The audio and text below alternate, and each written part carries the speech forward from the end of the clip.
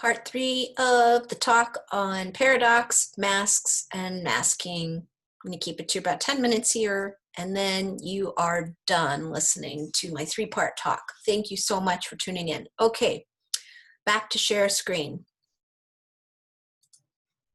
Here we are.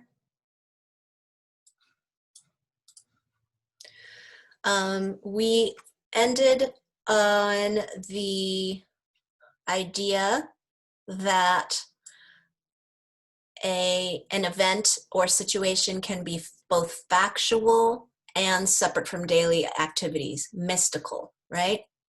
And let me get my whiteboard up. Just put a few key ideas here to give us some visual. Yep, here we go. We're up and going. We're moving very quickly through this next part about masks and the role of masks here. But Edson says that verifying the present by remembering the past and projecting the future is the primary role of mythology and what masks do. When we put on a mask, when we have a persona and we perform as a variant of ourselves, we are verifying the present by remembering the past and projecting the future, right? We're creating a self. We're hearkening to a part of ourselves that we know, and we are acting in the present by creating a persona. And this is integral to understanding mythology and the value and importance of paradox in the establishment of persona. That we aren't just one person, right? We're many people. We have we have infinite variation in our personalities. We're very adaptable, right? And so therefore myths they're paradoxical. They have to be. In order to be a myth, you have to be paradoxical. Like we said, myths take place a long time ago, yet they're timeless. And they're sources of identity, yet they're separate from our identity. They're outside of us. They're really different from us, yet they inform our identity, right?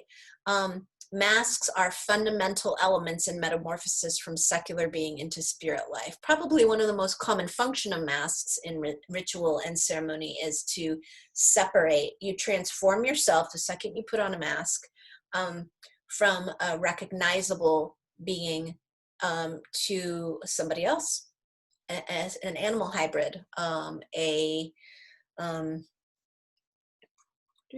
see. You're a magical creature. You're a hybrid. You're transformed, right?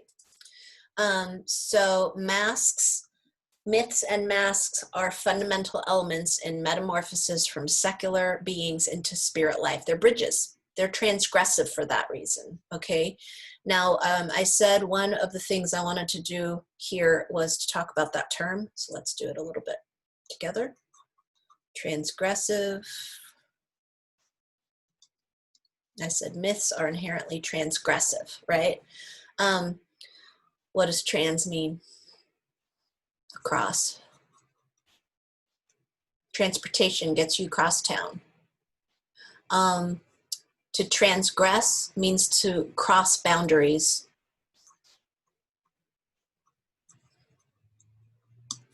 Cross boundaries, transgressive, right?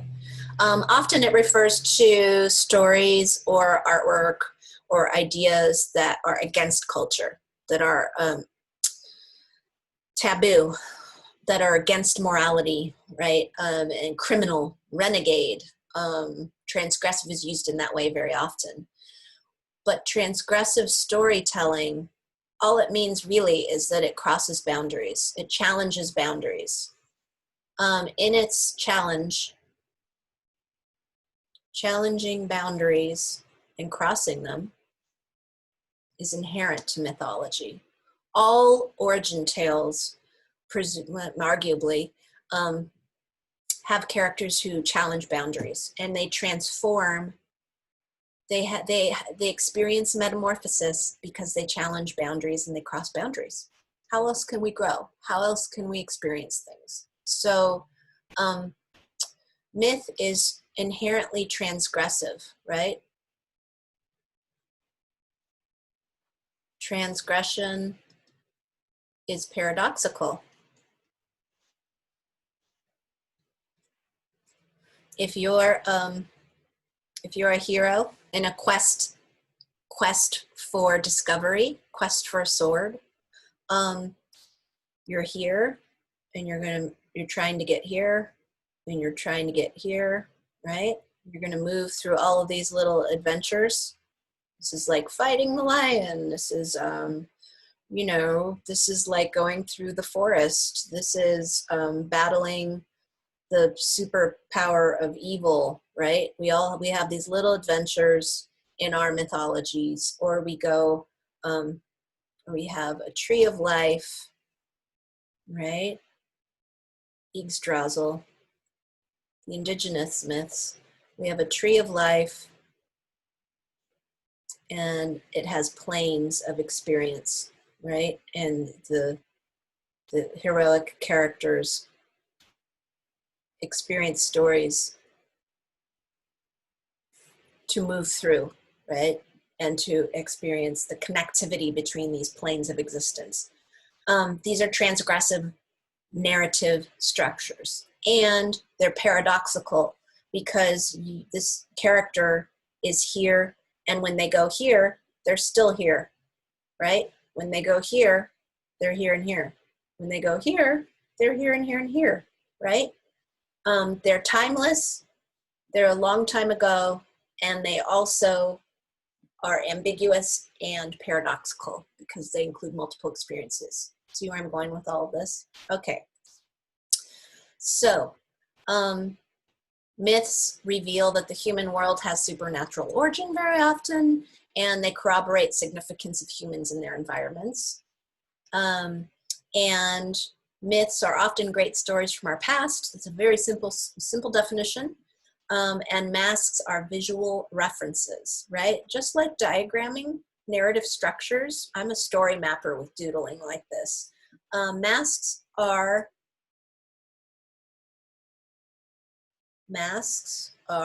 visual references. They tell us, right? They tell us who's who. They give us clues through expression. They give us clues through material. So some of you might like to do midterms about visual referencing in world mythology. Who are the deities, right? Who are the monsters?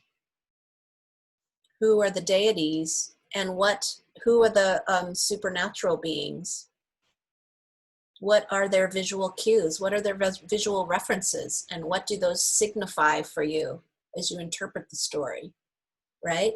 Visual referencing is key to understanding paradox in mythology. Okay, so myths are cultural fabric, right? Supernatural connection is a necessity because people have more wishes than resources. And early humans found sources of unattainability in deities, right? So same in religion, in world mythology, that we have more desires than resources, and we want things, right? So we're looking for things that are unattainable all the time. And myths they serve as an instrument for this system. So myths are initiators, imitators, narrators, and generators, right? And the characters in them are those things as well. Okay, so masks, very quickly. Let me go back here. I'm going to get a new screen, put a few details up about masks here. Clear the window. Let me pick a new color. Let's do black because it's easy to read. Masks. Masks. We're going to have an assignment related to masks at the end of this. Okay, masks. We know that they're visual references. And again, you can apply this less literally than like something on your face. They're visual references. They're physiological representations. What's that? They are physically changing you, right? They're physiological. Masks produce physical or psychic embodiments. Okay, so we talked about revivification earlier. A lot of mythology, here's another core message. Mythology, we look for revivification, coming back to life, re-experiencing something anew. We also look for embodiment all the time. We want to be included. We want to be, we want to inhabit the place we exist, right? That's what gives us a sense of grounding and reality in the world. We want our bodies to be healthy, or we want to accept our bodies for what we have. Helps with acceptance, right? Embodiment. It's really important. It helps with, it helps us understand our roles in the world.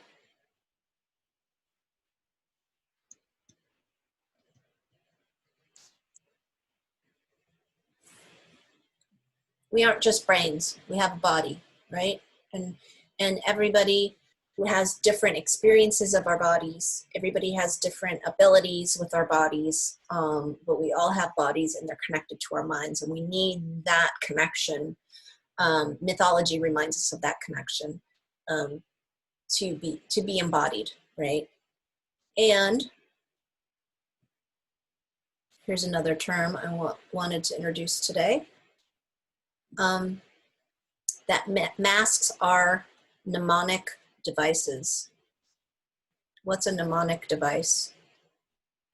If only we were in the classroom right now. Say, what's a mnemonic device? A mnemonic device reminds you of something. It's a memory trigger. So a smell is a mnemonic device. When you smell something and it reminds you of something else. You see a color, reminds you of something else, right? A mnemonic device. A word can be a mnemonic device. It can trigger a feeling. It can trigger a memory. Masks are mnemonic devices. They take us to a different place and instantly they trigger memories of an experience. That's in part how their magic happens, right? And they are a space where they usually depict, very often, in mythology at least, creatures, Edson says, how does he exactly say it, to which logic doesn't apply.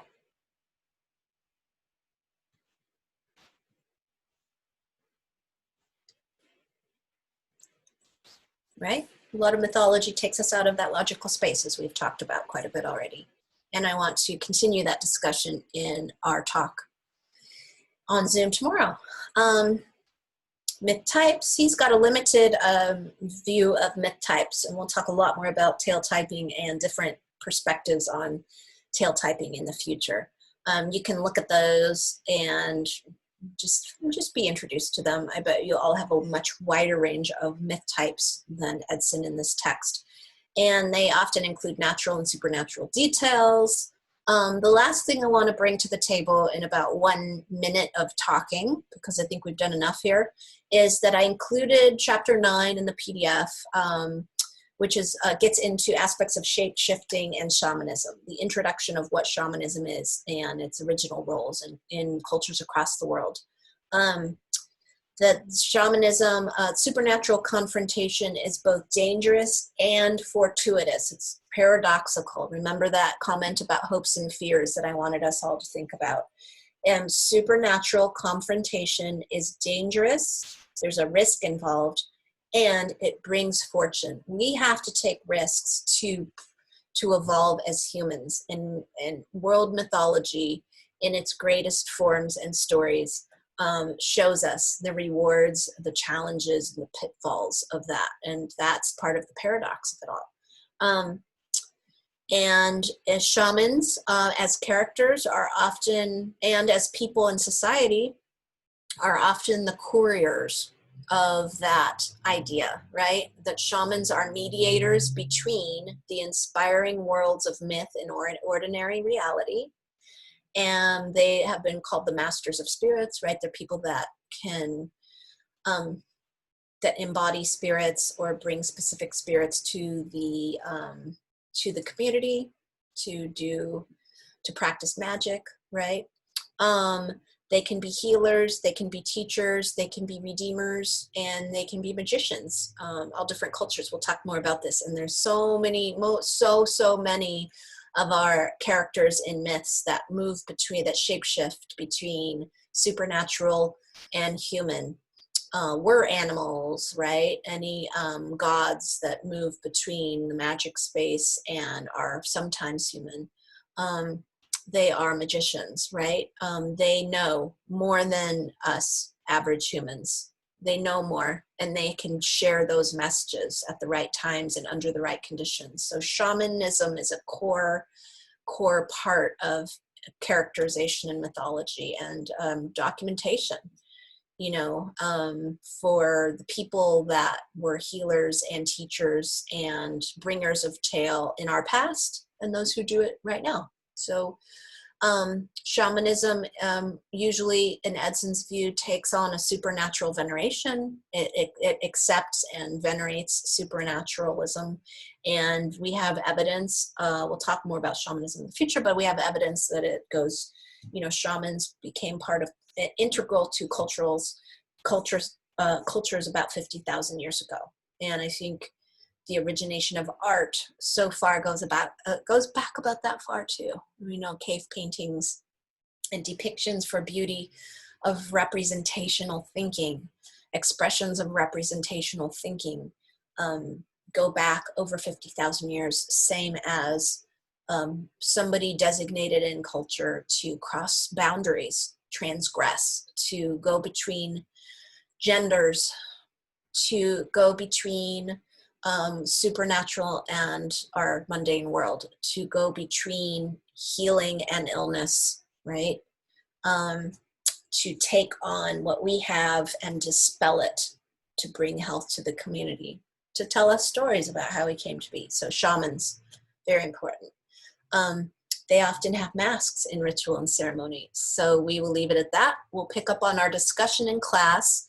And I want you at the end of this talk to take a break, mull over some takeaways and some points of interest, and follow up right now. Just super brainstorm, casual stream of consciousness about reactions and conversation you can bring to our Zoom chat tomorrow. And we'll use that discussion board to initiate conversation in the group for however many of you can come. I hope to see lots of you. You can pop in for a few minutes if it's a bad time. Just come say hi. And others, I hope you'll be here for the whole chat tomorrow. I'll see you in our Zoom room. And thank you for listening to me in this format. And we will have one or two more seminars like this, and then we'll start changing it up with breakout rooms and group activities. Okay, so hang in there. Bye. Have a great day. Bye-bye.